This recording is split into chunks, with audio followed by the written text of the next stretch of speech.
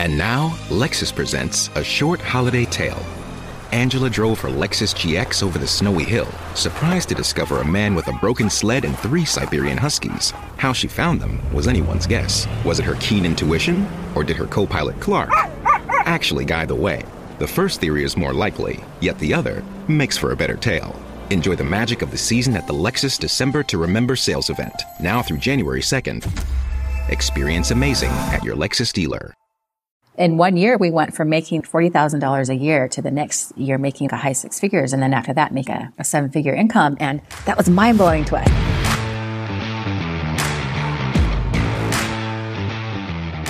Hello and welcome to another episode from Millionaire University. I am sitting in New Zealand and it is gorgeous. We had to drive 5 hours to our next spot from Wanaka to Christchurch. New Zealand's amazing because it's so green and they have all these beautiful sheep and these beautiful plants. It's kind of overwhelming sometimes at the natural beauty of this place and how well it's cared for and how clean it is. I was thinking, man, this is a dream Jess and I had and we're here. We're living it, we're doing it every single day. And it's not perfect. We're working on different things and the kids are doing school, but it's pretty epic. And obviously I can't help but contribute the opportunity to go on this trip to being entrepreneurs, to have the freedom and the financial flexibility. And so speaking of that, today we're going to do things a little bit differently. My good friend Kirsten Tyrell, who was actually on episode 61, she was sharing all the cool things about how to use quizzes on your website to grow your business. That's a great episode. If you haven't listened to it, check it out. She actually interviewed me and we talked all about the trials of pursuing your entrepreneurial dream and finding balance between business and success and individual well-being, having kids, working, and it was a great interview. So we thought we'd share that with you guys today. I hope it's helpful to you and your entrepreneurial journey. So take it away, Kirsten.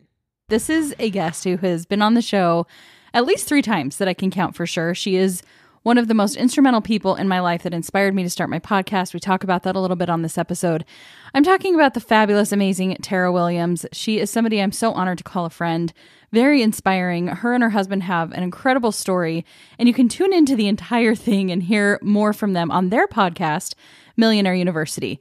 Their podcast is what inspired me to start my podcast, and I have loved following their journey, including right now. I was actually sitting with Tara at the beginning of 2023, early in the year, in her beautiful multi-million-dollar mansion in the San Diego area, and we had the most amazing conversation while my kids played in her pool and jumped on all of their trampolines that they had. It was seriously a dream property, and it was so cool to see the fruition of so many years of hard work that I have watched her and her husband do.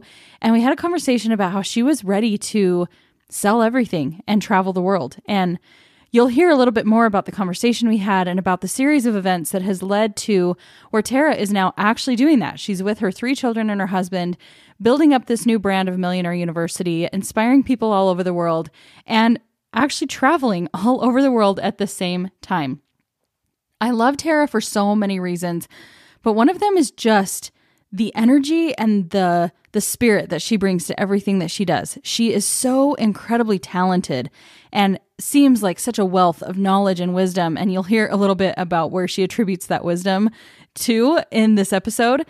But I just cannot wait to air this. If you are looking for some inspiration and even some good, solid strategy when it comes to building up a successful and lucrative business while still being a human being, while still being a mother, and having that balancing act of figuring out what's good, what's bad, what's okay, what can I do, what am I capable of, this is an episode for you. You are going to absolutely love it. So sit back, take notes, get your favorite beverage, and enjoy this incredible interview with my really good friend, Tara Williams. Hi, Tara. Welcome back to my podcast.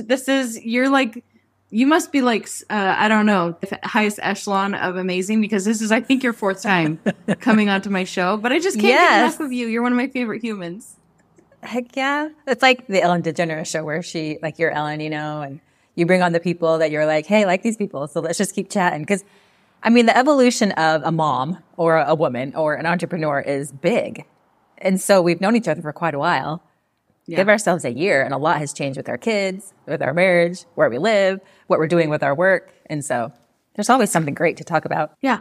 And you and I have had some really great conversations over the last, a little bit over a year since we caught up again. We've actually gone through a lot of similar, not even similar in detail experiences, but just the breaking down. I was telling some friends the other day, I'm like, oh, if Tara lived close, if she was in the country right now, she would fit this conversation so well. It was this realization of you've gone through deconstruction and then a rebuilding, and it's just heavy and big. And I think we found each other at a time where we both needed to process some of that. And our paths, like on the outside, are very different right now. But I think inside we've been through a lot of the same transitions. And so we can talk a little bit about that today. Let's just start by letting everybody know where you're at right now and what your life looks like, because it's different than when you were on last time. Okay, so I'm currently in Hervey Bay in Australia. When Justin and I got married about 20 years ago, we always had this dream that we would take our kids and travel the world, right? Because it means so many things. Like, you're financially stable enough to move around, your kids are, able enough to move around, and your marriage is strong enough to be together 24/7, moving around, right? So it was like there was this childhood dream, but also it meant so many different things. It took us about 20 years to get there because we realized, kids are hard to move around. And then financially to have that situation, and then also to just take that leap of faith. We're traveling for about 9 months. We started in Hawaii, and we've been to Bali. I'm now in Australia for a month. We'll go to New Zealand. We'll be in French Polynesia, and then we'll go to Europe. It's pretty amazing because we bought our dream house. Like, it was just a gorgeous resort. And I was sitting there in my office going, this is awesome. And I'm so grateful for this experience because it was a dream. Like, I just always wanted to have like the big house, and have people come over and have all these things. And it was fun. But I sat there in my office in my gorgeous desk room with wood paneled walls that were just beautiful. And I was like, I don't even have enough time to go outside. Like, I'm working so hard just to like take care of these couple acres and the big old pool and all these things. And I was like, I worked so hard to get here, and now I can't even go outside. Like, what is the point of this? And my heart just like, it wanted something else. And what's crazy is I, for the past 10 years, have had a lot of travel anxiety. I just got sick 10 years ago. And for some reason, that one just kind of stuck. And so I went to Justin and I was like, let's just sell everything. Like, if we sold everything and got this, off our plates, and we took the money, the equity from our house, because we had a good amount of equity in there, and like put it into investments and different things, we could just work. And we had started a new business as well. And we were like, let's just do it. Let's go for it. And so we did. And so we had this house and we sold it, and I had a ton of furniture in it. And I was just giving away these beautiful pieces of furniture and all these different things because I was like, I don't have time to sell it. I don't really care.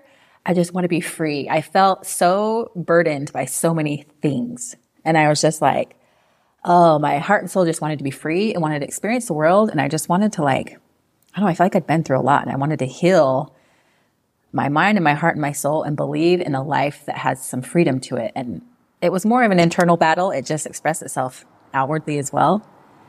And we just decided to sell everything. And we have like 2 tiny little storage units that we kept some things in. And everything we have are in our 5 suitcases and 5 backpacks. And we just move from place to place after 4 days. And it's just like constant change, constant new things. It's just a fun adventure. You don't have to do this. Nobody needs to do this to be happy. It's just so much is exposed, and we learn so much in traveling. So that's where we're at right now. In a nutshell.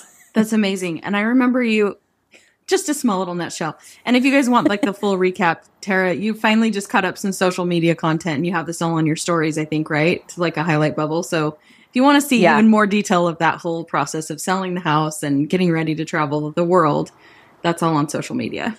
Yeah. And I need to catch up on that too, but yeah, you'll get there. You're just too busy having an adventure of a lifetime and making the rest of us catch little glimpses here and there from your son's Instagram account. I'll take what I can get, but yes, if you could just do a little better, Tara, just a little better. I really should put more out there, but I'm like, it's hard. I just want to be here and not have that pressure, but I do want to put stuff out there because it is amazing what we're experiencing. So I'm on it. I get it. I do.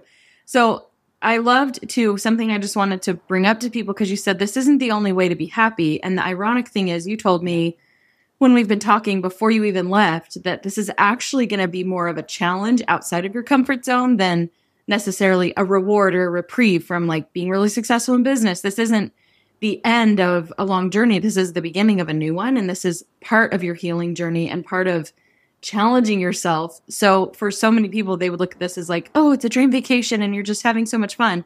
You are, but it's also been kind of you knowing yourself and knowing what you need to level up and what is going to help you grow and help you expand. And I love hearing that. And it sounds like even some of the experiences that you're having with your family, because when you are in close quarters, you mentioned it with your husband, you have to be able to be with him 24/7.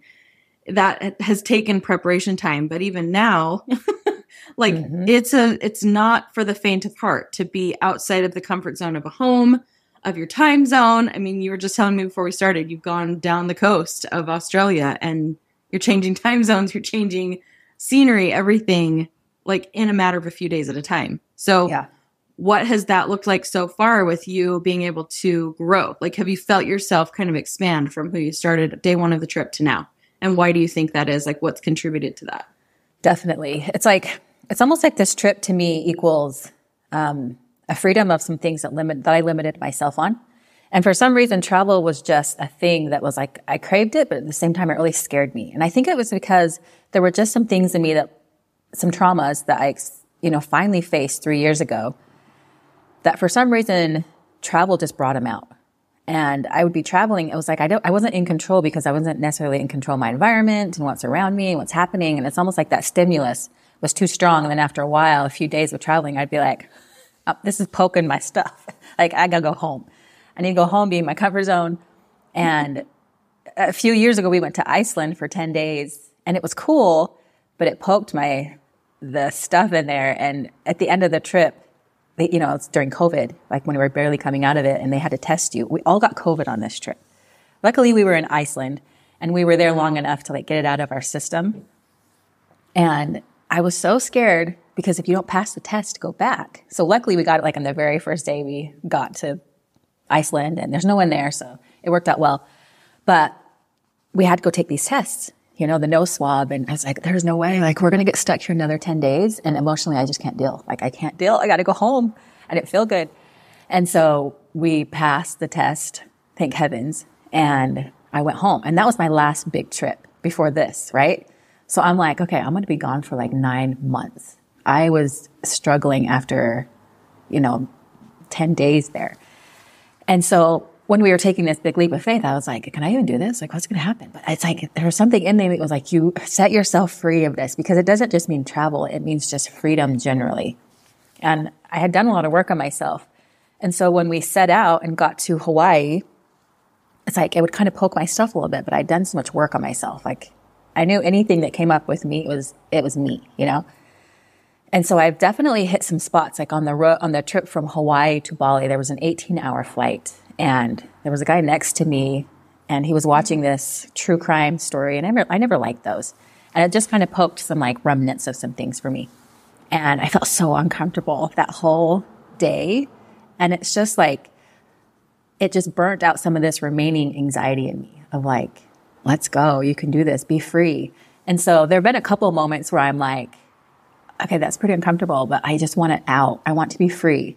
And so it's been amazing because I'm here. It's been about 2 months and I love it. I feel alive because I'm doing something outside my comfort zone. And I was talking about this actually in our podcast, this last one, where there's this place we live in as humans where it's you have your comfort zone and then you step outside of that. And we feel really alive at that point because there's also a death at risk. Me traveling equals I could either just die in this thing and just feel crappy and just totally fail and be I've told everyone I'm going on this trip. I'm not doing well. I have to tell my kids, sorry, we got to go home. They're doing homeschool. I could totally be the one who just breaks this whole thing down. And that was a very real possibility. And Justin saw that in Iceland where he was like, yeah, you're cracking. I'm like, I'm cracking. Mama's not doing good.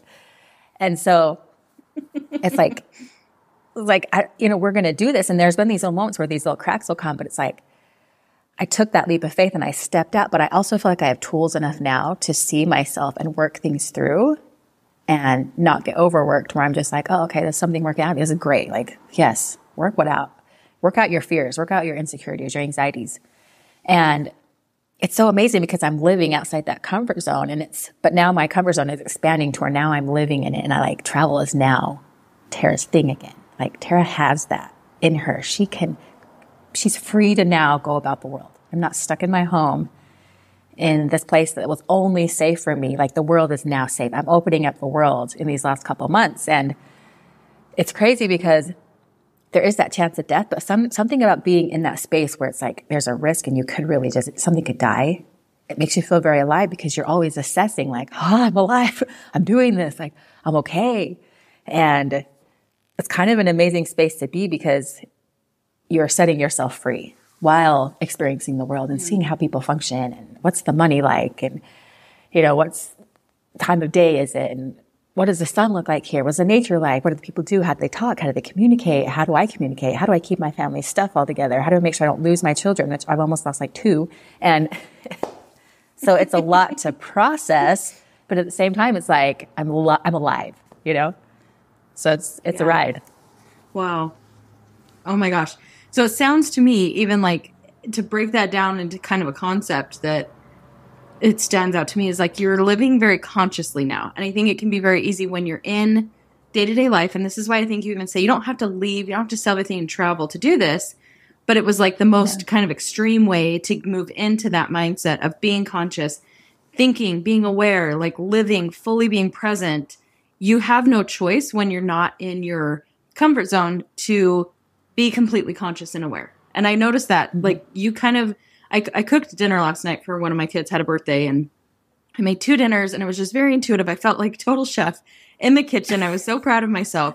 And I was thinking like, I can only do this because I now have skills that make it possible to be an autopilot somewhat. But then how often do we not let ourselves even like go through the discomfort of having to learn something for the first time so that it can eventually become autopilot, which is kind of 2 different concepts in one. But I just love the thought of, and I think this is why I love travel, but it's also very exhausting, is because you're fully like aware nonstop. You're not in your, I want to call it a rut because in some ways it really is, but you're not in a pattern of just subconscious living or unconscious living, I guess I should say. You're actually really very, very conscious and you're very present. And it's very easy to not be present when you become accustomed to your life, when you just fall into that like literally kind of an asleep pattern where you're not even thinking about what you're doing day to day.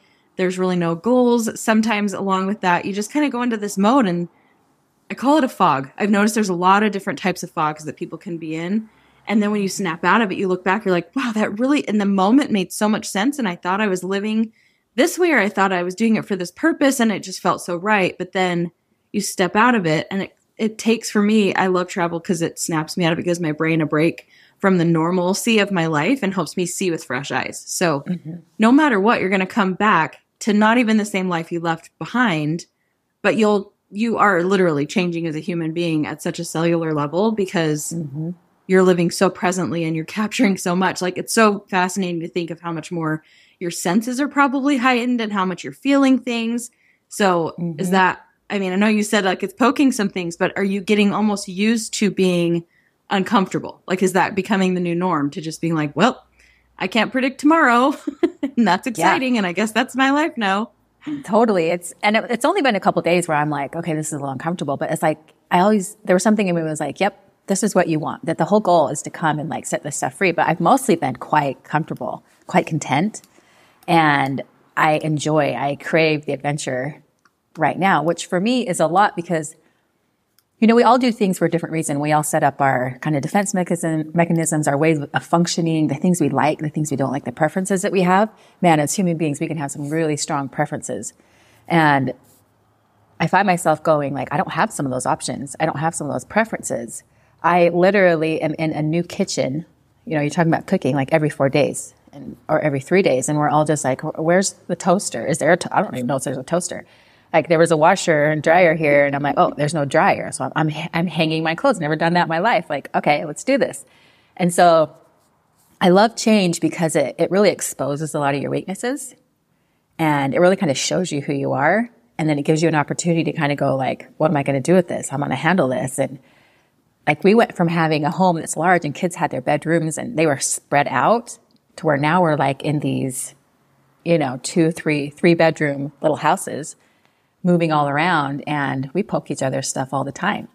And so it's a pretty incredible way to live because it's right. You never get to go on autopilot because you're always figuring something out. You're always trying to figure out like, what do people do here? What's fun? What kind of food do they like? And we went to a couple restaurants last night trying to find some food on these electric scooters. And we went to a restaurant and we walked in. It was this cute restaurant. There were only 2 people sitting down, all these empty tables. And we're like, hey, we're here. We'd like to get a table. And we were kind of joking around. And we're like, you guys have room? And she's like, oh, sorry, we can't. We don't have room for you guys. Like, do you have a reservation? And we looked around and we're like, there's like 30 tables empty. And we're like, no, we don't have a reservation. Like, I don't think we need one. She's like, sorry, we can't take you because it's just such a small town and they aren't staffed and they don't have the food for it. And it's like, now we know here, we should probably call ahead. Otherwise, we're not going to get dinner. And so there's all these little things about life that I love. Like, how does this part of the world do life? How does this part of the world think and feel? And every place has its own unique things that what I love about it is it's like, everywhere we go, there's something I love and I could do forever. And everywhere we go, there's something I'm like, I'm glad I don't have to do that forever. Like, I don't want to, have this in my life. I don't want. But everywhere I've never lived, when I go home, I'm gonna have the same thing. I love this about San Diego, but also this is kind of hard. And it's like, you would think you'd go travel and be like, this place is better, and these people are doing it better. And it's like, no, we're all doing life. Like, what do you like about it? What do you not like about it? And you get a choice to go. There's always something good and something like difficult. And I love seeing that because it kind of sets you free in your own home. Because sometimes when we're in our homes, we're like, oh, if I just could move or I could just do this, like I'd be happy. It's like, there's always something beautiful and something challenging no matter where you go. And I feel like I love seeing that because it sets you free to enjoy where you are, Yeah. Yeah. Well, and I think that's why you said it's not like this is just this is going to fix everything. We're just leaving to run away from our problems. Because if you do it that mindset, then you'll find you don't have to even go very far. You don't have to even drive a few cities over to realize your problems follow you. And we realized that when we were living in Tennessee, and we were like, oh, there's some things lining up. We should probably move back to Utah. And one of the things that helped me not make it such an emotional decision was I said to Ben, I'm like, we're kind of the same people no matter what our zip code is. We're kind of boring. And like, we're homebodies. And so we can be homebodies in Tennessee or we can be homebodies in Utah. It doesn't change a lot. I mean, yes, there's some things we give up, like the amazing live music and the culture and some of the people. But at the end of the day, it's like, are you comfortable with who you are? Are you comfortable in your own mind, in your own family situation, with the people you surrounded yourself with? Because if not, it doesn't matter where you go. Those problems will like chase you, or the centeredness, the connectedness that you have is also going to come with you. So you can be happy at home or you can be happy abroad, but it can't be dependent on where you are. It has to come from within. You have to have that like awareness of who you are. Yeah. Yeah. I remember you and I talking in the backyard, and we just kind of had a moment where you were like, travel is hard. You know this, right, Tara? Because you've done a lot of traveling, and I was like, I do actually, because I struggle with it. And I was like, this is me. It kind of sounds like I'm running away, but honestly, this is me facing myself, because it's honestly one of my biggest weaknesses right now. And so it really is, I used to grow up and think, I was so opinionated, and not that I'm not anymore. I'm sure Jessica's like, she's still opinionated, but I was like, this is the right way to do life. These are the people I'm comfortable with. This is like what life should be like. This is good. This is bad. I was always like this, like, that's good. That's bad. That's good. That's bad. And for me to and I always tried to be in control because I just wasn't comfortable inside, and I got uncomfortable a lot. And so I was always trying to control my environment. Environments have been huge for me because my inner environment wasn't comfortable. So the outside obviously was, sensitive. And so I was like, this is like, if Tara can do this, and she's free inside as well. And I'd been doing a lot of, work at home and different things, but this was kind of like the test of, where is Tara? Can she go be out in the world with people in different environments and different countries and be in a situation she can't control? I try to be smart, I try to do the right things, but it's like, this world is huge and it's out of my control, and I'm going to go check it out with my family while running a business. Yeah. Like, let's do this. So I'm still alive, and I'm happy. You haven't broken down. Yeah. You're doing it. It's working doing it. So far, so good, right? Totally. Like, I could go home now and be like, yep, I can totally travel. I'm good. That part of me is free. And that's huge. Oh, good. I'm so happy to hear that, because I know that was a fear and a trepidation. So I'm glad it's all going well so far, and it's fun to follow it even from afar. And so you mentioned like doing this while starting a business. You guys are in a situation financially where you're able to do this. You're able to travel all over the world for 9 months, up and leave. And that's something that obviously people know takes money. you've been on the show. You've been a really huge example to me for years and years. And I actually love, my life has kind of come full circle, and it's been about 8 years. And 8 is like the cycle of, it's a new beginning, but it's also completion, right? I think that's the significance of 8 is like fresh starts and things like that. And the timing is kind of cool because when I first started and, this podcast, everything that I've done, it was after meeting you and Justin, taking your podcast cover art photos and being exposed to the world of podcasting. And that set my ball in motion. You guys had 8 Minute Millionaire at that time. And now you guys are picking up, it's a new podcast. You air those episodes also still on 8 Minute Millionaire. So if anybody listening has found them through Tara being on the show before, like you've probably already noticed that there's new episodes, but more so focusing on kind of the same concepts, but a little bit more directed for Millionaire University. So talk a little bit about, it's such a big story to tell your whole entire thing, but I know you guys have worked really hard. You've had several successful businesses to where you have that flexibility now, but kind of maybe give us a little bit of insight onto what you guys are working on and what the purpose is behind picking up and doing another business when you really, at the end of the day, don't have to, right? Like you guys are good. Yeah. So this is optional. Yeah. Well, being an entrepreneur is an amazing thing because it's hard. Let's just be honest. It's hard. Because you are always out of your comfort zone. Talk about, pushing yourself. But at the same time, it's like, it's an easier way to do life because I now have this option. So sometimes I feel like, man, I work so hard. And then sometimes I'm like, man, I feel so guilty. My life is so much better than everybody else's. It's a funny thing. But Justin and I got married and he just has that entrepreneur spirit. I was much more conservative. I liked to know what's happening and I'm more structured. And so we got married and he had these ideas and I was like, let's make $1 million in our first summer. And I was like, okay, let's do this. And it was really hard. And we got in a bunch of debt and we had to move out. But we pulled ourselves out of that debt. We worked really hard, got that business going, but we were always interested in real estate. And so we started to do real estate and we're, learning all kinds of different things there. And that was hard. It was a new business and it took us some time to make some money. And then we finally started to, flip houses, buy it, fix it up, sell it for a profit. And it took us like 7 months to make any money in that business. And then we got to where, it was so scary to flip that first house. And in 1 year, we went from making like $40,000 a year to the next year making like a high 6 figures. And then after that, making like a 7-figure income. And that was mind blowing to us. And it took us time. It took us some years. And it took us a lot of learning, a lot of school of hard knocks, that we live in such an amazing time where it's like there's so much amazing information out there. The hardest part is to, just go for it and do the work and face yourself and learn the things to have that business. And so we had that business and it got it streamlined. We were flipping like 100 houses a year. And we had that pretty streamlined where we didn't see any of the houses. We weren't looking at them. We actually got a little bit bored, kind of retired, kind of a semi-retirement. And after we got... That's about the time I met you, right? When Justin was like, about the time we and met. no, I'm bored surfing, so let's start something new. He was totally bored and he just has energy and entrepreneurial spirit. So it was like, he just needs to stay busy doing cool things. And so we were like, he's like, I'm going to learn about the online world. So we started to learn about podcasting and took this course. And John Lee Dumas is like, Justin was one of their first students. He asked Justin, what podcast are you going to start? And he's like, oh, I'm not going to start a podcast. And then John was like, well, why are you taking this course? Like, what are you doing? And so Justin was like, well, I know a lot about flipping houses. I'm going to start a podcast there.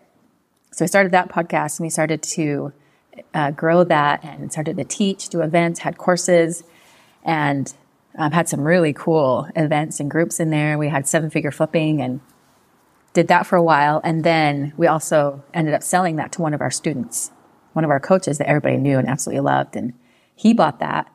And then we retired for a while, a few years. And after that, kind of did some investments, kind of partnered in some other companies. And then not too long ago, after we'd, kind of our second retirement, started to have that problem again where we got a little bit bored. And our oldest is going to graduate high school. And, we're like, do we send him to college? College is wonderful. And that's wonderful for people who kind of need that help and that boost. But entrepreneurs a lot of times don't fit in that college mold. It just doesn't work. They get a little stir crazy. They're kind of like, why am I learning this? I don't want to learn about rocks. I want to learn how to make money. And I want a little more freedom. And so we'd already kind of ruined our kids with college because we were just like, it's just unnecessary. You guys should just start a business. Like, you'll have so much more freedom. And so we kind of ruined them that way. But then at the same time, we were like, gosh, it's not easy to start a business. You have to be a brave soul to put yourself out there, not make any money for a while, go into the unknown, because business is not linear. It's exponential. Like in school, it's like first grade, second grade, college, job, career, and someone's telling you what to do. An entrepreneur is like, get out there, build something, and for a while, get absolutely nothing. Like, not only nothing, but sometimes, people are like, what are you doing? And this is crazy. And then your finances are catching up to it, and you're just like, ah. But then if you can keep going, figure some things out, it becomes exponential, where finally you start to see that upswing. They call it the hockey stick, and then it's exponential. It just grows rapidly. But sometimes it takes years to really see that, 2-3 years before you really start to see like, oh, we got something special. It's manifesting, it's showing. And then it's giving me freedom. And so with Millionaire University, we kept complaining like, gosh, there's nowhere to send our kids where I feel like they're going to be taken care of and they're going to be taught what they need to learn. And then also not waste a bunch of time and money. Like, I don't want my kids to go to school for 4 years, come out with a ton of debt, and then finally learn how to make money, unless they really want to do it. Unless it's like a career or something they're really interested in. I love it. Go for it. And sometimes I'm like, you guys need to go to college because you're not even working hard. But so finally we were like, this doesn't even exist. Why don't we create it? Why don't we create what we wanted when we started a business? Something where there's some structure, some guidance, but also some leeway to do like what you want. What are you good at? What skills do you have? What do you want to do? What is the lifestyle you want to create? And so we kind of married those two of like the structure of college, but the freedom to make it what you want and start making money right away, as opposed to getting out of college with a ton of debt and you still have no idea how to start a business. And so that's what Millionaire University is. We started it in February. We're starting with education. We have plans to, be able to teach and share all kinds of different things that really help people to take care of their financial needs so that they can have the freedom and just some options, more options. Nobody has full control of what happens in life. Nobody can tell you the end from the beginning. But what I love about entrepreneurship is it just gives you more options. Like if there's more money in the bank, you have some different options. If there's more time and flexibility where I'm like, I can now travel the world, it's just a different option. And I like having options, and I like having the financial means to support it if possible. And so that's why we're fans. Well, I'm a super fan. I don't think I've told you this, and you should tell Justin this, but there was, so I homeschool the kids and this is the 5th year of doing that. And it took me that many years to come into my own and just say like, I don't need to just regurgitate what I learned in school, because that clearly didn't really get me very far. And I'm not going to do a whole episode like shaming the public school system, because it works for a lot of people. It's just it's kind of how society works. But I kind of took some time to look at, well, what are my skills? What am I passionate about? I didn't even know I was an entrepreneur until I discovered you guys, started listening to your show. I had been an entrepreneur, but I had always thought entrepreneurs are just people who can't hold jobs. Like they're just, they're just hard to employ. And ironically, I really do hate having jobs. I hate working for other people. So I've always at my core been an entrepreneur. But once I have dived into that and I've had success, and it's so much a part of who I am, and it's something I love, and it's so fun for me. It's just such a game, and I've done so much growth because of entrepreneurship. And so why would I not be teaching that to my kids? That's so much of what I'm excited about. And what you're excited about is so much easier to teach, and they catch that flame so much better than if I'm just like, hey, now it's time to read about algebra, or it's time to read about things that I'm not even interested in. And so that ownership of like who I am is who I'm meant to pass to my children. And then I was wondering, like, if I were to break this into a curriculum, like, what would it look like? And I think the very next day, you guys aired an episode where Justin was saying, if I were to teach everything, here's what my classes would be. And he broke it literally down into class periods. And I was like, well, thank you so much for that, because I was seriously going to go do the research and figure out how do I break it down. And I'm excited for the future of what that looks like. And I know you guys right now are in the early stages where it's just building that brand awareness and that just the fundamental information. You guys are giving away so much information for free, so much of what people charge a lot of money for. And even the coaching calls that you guys get on are so valuable. And I find myself like agreeing and being like, yeah, like, and I have the moments of whether it's your episodes that are a lot more like heart-centered and just real and raw, or Justin's like, let's do this, like, stop being dumb. Essentially, it's such an awesome blend. Right? You guys have both sides of the pendulum. And, oh, totally. And I need both of them at different times, different days, and it always seems to hit when I need it. So I love that when I met you guys, you were doing Millionaire, Aim and a Millionaire. And it was just kind of this, we could do this. Like, we've made $1 million. We can teach other people. And now it feels a lot more structured and like has a purpose and an intention. And it has, I don't know, I can see it. I can see the vision, and I'm really excited for that because it is needed. It's necessary. I would love a space like that, even if it was a physical space one day, which I know is a potential to send my kids to, because I'm right there with you. When you're an entrepreneur, that's partly why I homeschool. If I don't believe in going and just punching the time clock, then why am I doing that to my kids? Why am I making them go punch a time clock just to check the boxes? So I love it. I think the mission of what you guys are doing is really important, and you're living proof of the potential of what that can create for families, for individuals, because we go to sleep, right? In societal norms, we just become so unconscious, and we just go through life and we're like, oh, I guess this is just how it is. This is as good as it's going to get. And you guys were the first ones to open my eyes, because I had this narrative, this story of, well, you have to go to law school, you have to be a doctor, you have to do XYZ to be successful, I would walk the beach trail in San Clemente and be like, who are these people? They are not doctors. They are not doing surgery. They're in the middle of the afternoon running down the beach trail, And you guys opened that door for me to realize, oh, there's other options out there. And that, as we know, like, has taken me down a whole different path. And so I think being able to facilitate and give people tools to where they can open those doors, go down on, non-conventional paths, it's becoming a lot more streamlined than it ever was before when you and I first jumped into this world of the online space.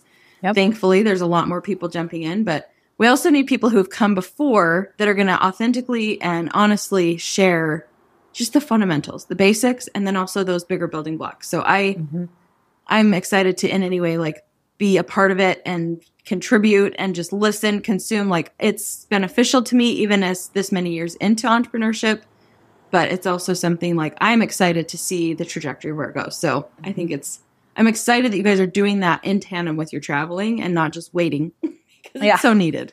Yeah, it's tempting sometimes to be like, let's just travel and not, but there's just something inside that, I don't know, like, I just recently did a podcast about decisions and making decisions. Like, I think making decisions is one of the biggest things humans take for granted, is our ability to make a decision. And my brother brought this to my attention, a few months ago. So it's just kind of been on my mind of like, gosh, a lot of times we think we're in this situation. We don't have choices, but we make choices every single day. And some of the choices don't totally matter, but some really do. And a lot of times we make choices that pull away from how we want to show up, what we want to do, what we want to create.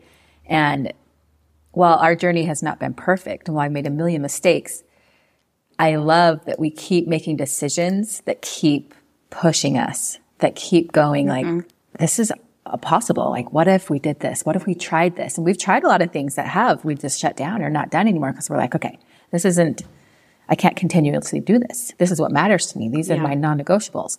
And then there are things where it's like, this is hitting my boundaries of what I can do, but I'm just going to push outside of it. I'm going to go for it. And what I love about being an entrepreneur is like, you're always at that wall. You're always hitting that wall of what can I do? What's possible? Because you're the one leading the charge. You're the one taking your financial destiny and going, this is what I'm going to do. This is what I'm going to create. And it's interesting because I kind of think about our entrepreneurial journey. It's like when I was a young, 25-year-old mother with a brand new baby, my goals were to make a lot of money because I thought at that point I would finally not be stressed and I would be enough. And there was something magical about these people who had money. As I would, go running by their houses and see their big, beautiful mansions, and I'd be like, they're living a better life than me. They've got something I don't have. And once I get there, I'm going to finally be good, right? And I love that we went for that and got it and realized like, oh, that's really not the thing. And so it's an interesting thing to start a business and have these goals and to get there and then realize like, I love these goals that we've achieved because every single time it's forced me to go inside and go, dang it, some outside thing isn't going to fix me. But I also love that the business has caused us to, create some financial stability, to make me push outside myself, to talk and say and do things, to have the hard conversations, to have boundaries, to hold your company to a high standard, to create something, to hire people, to support families, to support the economy. And so Jess and I were talking yesterday, like, do you think people go through as much stuff as you and I go through? Because, we've been together 24/7. So we were kind of talking about like if he was annoying me or not. And I was like, how do I answer that? Like, yes, but also I love you. And so it's so funny because we've been through so many things, and we were saying, at the end of our life, like if I were to die today, I would look back at my life and be like, man, like I really lived. And not saying like I did all these awesome things, like I bombed some big time situations. And then I really just went for some things. And so I used to more look at the outside things, like everything about me is awesome because of all these outside things. And now I'm so glad I have those outside things to support my internal journey, which is like, how do I be good with myself? How do I be good with the life I'm living? Like what limits me and how do I push outside that? And having a business has supported that because it takes financial support a lot of times to take the time and energy at points to just go, I'm going to try something different. I'm going to shake things up. Like if I had a job where I just stay there, I wouldn't be able to leave and shake things up in a way. And so being an entrepreneur allows you to shake things up all the time. And I like for that better, for worse. For better, for worse. Exactly. Amen. Yeah. Well, and I don't know if we want to talk about this over on your podcast because you'll be able to listen to us continue talking or talk about something a little bit different over on Millionaire University. But I think that is something that I'm very careful to not love down on people, not say like, oh yeah, right. I know I have a friend who hasn't hit like those huge numbers before. Most people, I want to say most people really don't. A lot of people think it would be amazing to have the house, have the things. I'm like you where I've had the mansion. I've had the $100,000 car. I still have the nice car, right? But like everybody gets to a point where you either take that to the extreme and you keep like hungering and wanting more and more and more of it to fill you up, or you just stand there and you say, okay, well, this was wonderful. This was the fulfillment. I can sit in gratitude for this, but it's not where the joy comes from. It's not actually going to solve my problems. And I was laughing when you were saying, I won't have they probably don't feel stressed. I won't feel stressed when I have the big house. And you're like, oh, totally. It's actually not true. And you don't want to destroy that because you do need to have goals. And I actually would love to hear your take on this. Because I know that we have both grappled with this in our own way. How do you care anymore when you're no longer setting a goal for temporal financial things, but you know that it's kind of how the world works, but yet you didn't find joy and fulfillment in it. It did open some doors and it does make life more comfortable and it creates opportunities. But what do you do when I had the $1 million goal, I hit the goal, and then what? It didn't bring me joy. It actually brought me a lot of heartache. It led to a lot of really negative experiences, not the money itself, but all of the things that were wrapped up within that experience. So I've had to kind of reconstruct what it means to have dreams and have visions. And I know so many people are still striving for that first $1 million. So what do you say to others who haven't even hit that yet? And then how did you even like reframe your goals yourself to where it wasn't the money that's bringing you the fulfillment, but it's still kind of part of the game? Does that make sense? Yep, it makes sense. And I think about it a lot because money does affect a lot of things. It takes money to live, it takes money to function, it takes money to do different things. And so it's an interesting thing because if someone had a goal to make like $1 million, I'd be like, good for you. Like, do it. Go with it with like full out. Just go for it, But support, balance out the things that really matter to you. Because what I love about someone going for a goal like that is they're going to go on such a journey inside themselves. And I know they're going to get to the point where they have that money and they're going to be so grateful that they have it because there are, options and it's hard to do. And it's a blessing for sure. But they're mostly going to be like, whoa, I learned the craziest things. And I did this. And they'll be so proud of themselves. Like they'll be so proud they took the risk and they went for it. And then that they kept every single day, like doing something that was outside of who they were. And they've grown a ton.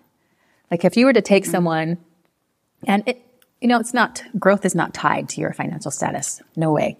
Right. But I will tell you, someone who had a goal to make $1 million and is starting at, they have $100 in the bank account and they now have $1 million. I guarantee you that person who has $1 million in their bank account has a lifetime of really cool stories and experience and knowledge and wisdom because they went for something. But that can be for anybody, you know, someone who didn't have any kids and now they have like 5 kids. I guarantee they've got all this knowledge and experience. Or someone who was like, I want to, you know, lose 100 pounds. And it's like, they're not necessarily better, but they're more fulfilled. They're more just like, I went for something and I learned so much in it. And it's cool. I'm here. It's cool. I got this. Like, it is what it is. You know, it's not good or bad. It just is. And these are my options now. And so I like, you know, if you're healthy, you may have more options. You know, if have more money in the bank account, you may have more options. It doesn't mean you're necessarily going to be happy. You just have different things to pull from that maybe you want, you know? Mm-hmm. And so I think about this trip with these kids, like there's so many things that are physically demanding about traveling that we do, like all the boating and snorkeling and the hiking and, you know, just riding scooters for an hour and a half and all these different things. And I'm like, I'm so grateful as a 14-year-old girl that I gave myself an option now as a 43-year-old woman to be in enough shape to actually keep up with my teenagers right now. And so it doesn't necessarily mean I'm better or worse. It just means I have more options and I like those options because it's the way I want to live. And so when someone's going, should I make money? Should I do this? Yeah, you should if that's what you want. If you don't want it, don't do it. You know, if you're not willing to put in the time, effort, and the work and you're not interested, don't do it. But if you're pulled to some financial freedom, go for it. But one thing we've been really intentional with, like with the Millionaire University, is it's a journey and it won't fill your voids in the way you think. It'll fill your bank account. You'll feel fulfilled. You'll feel knowledge, growth, and wisdom. But the part of you that's like good with you and feels happy and content, that's an inside job. And that, you know, that paycheck, the bank account, it won't necessarily fill that. But what it will do is when you get to those goals that think that you'll finally fill that void and it doesn't, if you're willing, it'll force you inside. And so I wonder all the time, like, if I hadn't made those financial goals or gotten the things I wanted to get that I thought would fix me, like, would I ever know that it was me all along that was struggling? Because I always could have been like, well, I just need more money. If I had more money in this house, I'd be fine. Like, oh, if I had more of this, if I had this, then I'd be happy. But it's like, I got them. Those were the hardest times in my life sometimes where I'm like, I have everything I want and I don't feel great. And then I'd have to like go back and go like, what's going on? And it allowed me to bring things up that needed to be brought up that my mind had put in a cave years and years ago, or fears, insecurities that I had. And it's interesting doing this new podcast because I find myself being less tied to it, you know, egotistically. Like I always had a big ego. I still have a big ego, I'm sure. Maybe you have to have a big ego to be an entrepreneur, to be like, I can actually do this thing, right? But I find myself putting podcasts out and not being like, oh, is everybody okay with that? What are they going to say? I'm more just like, this is me. This is what I got right now. It's far from perfect. Yep. I don't know everything. Yep. I said that wrong. Yep. I did that wrong. Yep. I don't know all this, but this is me and this is what I got. And I hope it helps. If not, that's okay. Because I don't need it for Tara. You know, I want to do good. I want to put good out to the world, but I just need me to be good with me.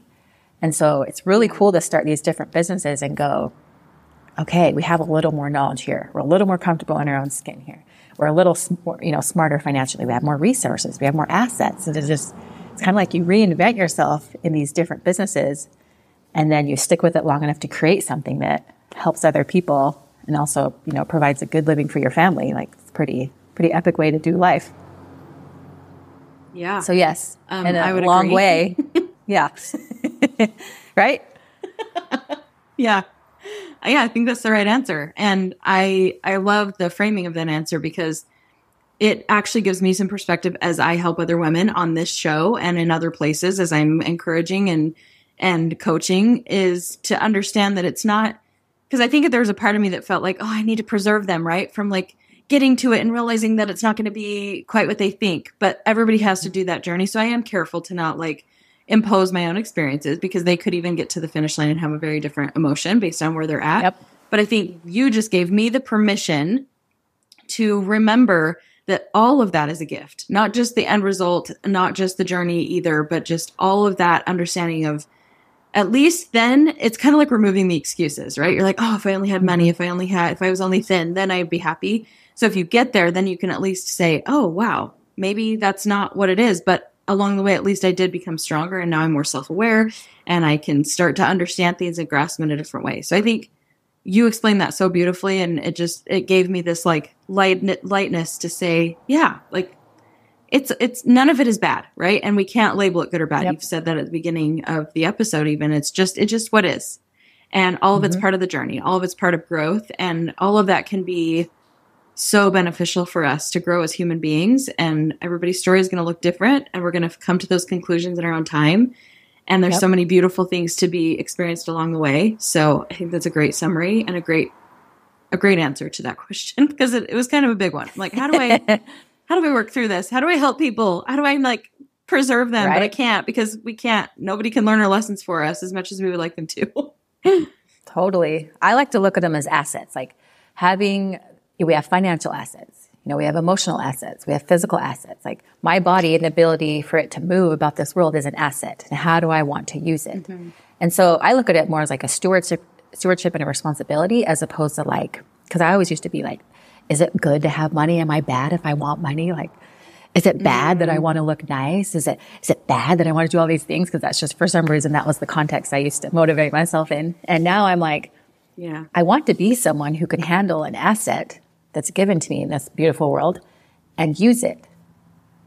I don't want to be someone who's like afraid of money, because I just don't think that's what God created me to be. It's like, don't touch money. You can't handle it, Tara. It's like, no, use it. It's an asset. Can you deal with it? What are you going to do with it?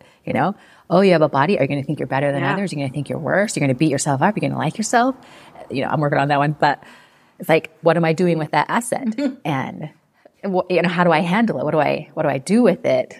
And where it's not necessarily like I'm good or bad, it's just more, it's an asset. What do I want to do with it? What options do I want? How do I like to live life? Does it do good for other people? Is it working for me? Yeah. Well, good perspective. You're amazing. And I would love to have you on like 10 more times before we, the end of the podcasting world, if that ever comes to pass, which I hope it does, right? Because we both love it. This is such a space I'm so grateful you guys introduced me to, because it's honestly been like such a home base, and it's been such a beautiful place for me to express and bring amazing people like yourself on here. And I don't think I finished my thought, because I have ADHD and I tend to do that. I go back and edit sometimes, and I'm like, so mid-sentence, I started a whole other tangent, and then 5 minutes later, I closed out the thought. Totally. But what I started to say is like, this has come full circle for me, because I've learned a lot. I've had successes. I've had failures, all of that. And a lot of people who follow me on social know that. And I'm kind of in a rebuilding phase. And that's almost like uncomfortable to even admit, because you hit this identity point. You're like, Kirsten, she's successful. And I had a friend text the other day who's like, oh, you always have so many things going on. I bet this is like so like beginner to you. And I'm like, no, I actually am just reading that book right now, 8 years into this whole journey of online business. But anyway, all that to say, it's so beautiful and kind of cool to see the synchronicity of I'm starting again. I have a lot more knowledge and wisdom under my belt. You guys are starting again, something so similar to what I first discovered. And I can't help but feel like it's I know it's blessing many, many lives, but it feels so personal to me that I now get to have you and Justin, who I've always admired and I've learned from, just be this resource that I can go to, that I can kind of keep myself in alignment with, and just to, again, have my cup filled, because it's hard when you partake in so much knowledge and so many people's different perspectives, and it can be really easy to get confused, to get kind of lost in all of it. And so to feel like you have this voice of reason, somebody you can trust, somebody that have a lot of the same like values and vision for what you're trying to create, is just such a blessing to me. So I'm really thankful that you guys are doing the show, that you are stepping back into that space out of millionaire retirement to help more people, because, I'm ready to make my next several $1 million.